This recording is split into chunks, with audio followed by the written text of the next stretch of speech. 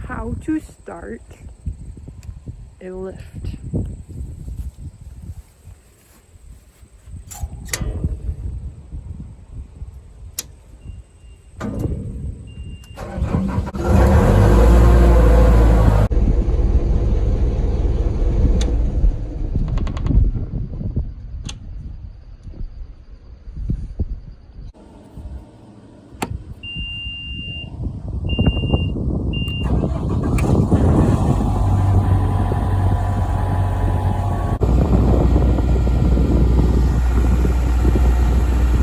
Push the pedal in,